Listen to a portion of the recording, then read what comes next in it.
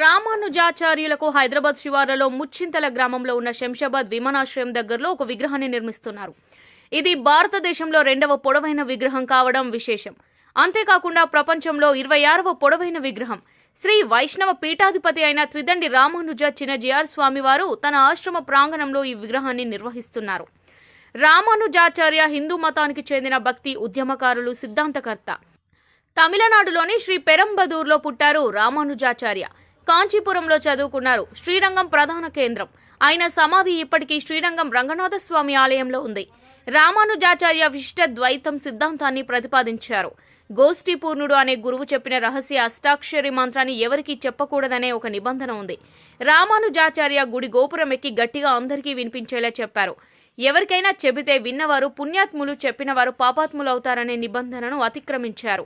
అందరికీ పుణ్యం వచ్చినప్పుడు తనకి పాపం వచ్చినా పర్వాలేదనే సిద్ధాంతాన్ని నమ్మేవారు. ఇంకా తిరుమల తిరుపతి వెంకటేశ్వర స్వామి దేవాలయ పూజా విధానాన్ని వ్యవస్థీకృతం చేశారు. అక్కడ జియాంగర్ల వ్యవస్థను ఏర్పాటు చేశారు. కులోత్తుంగ చోళుడు శైవమత భక్తితో వైష్ణవులను హింసించడంతో అక్కడి నుంచి తరలివచ్చిన ఉత్సవ మూర్తులతో తిరుపతిలో గోవిందరాజస్వామి ఆలయాన్ని నిర్మించారు. కొన్ని ఆలయాల్లో దళితుల ఆలయ ప్రవేశం కోసం కృషి చేశారు. కింది కులాల వారిని వైష్ణవులుగా మార్చారు. కొందరికి అర్చకత్వం అవకాశం కల్పించారు.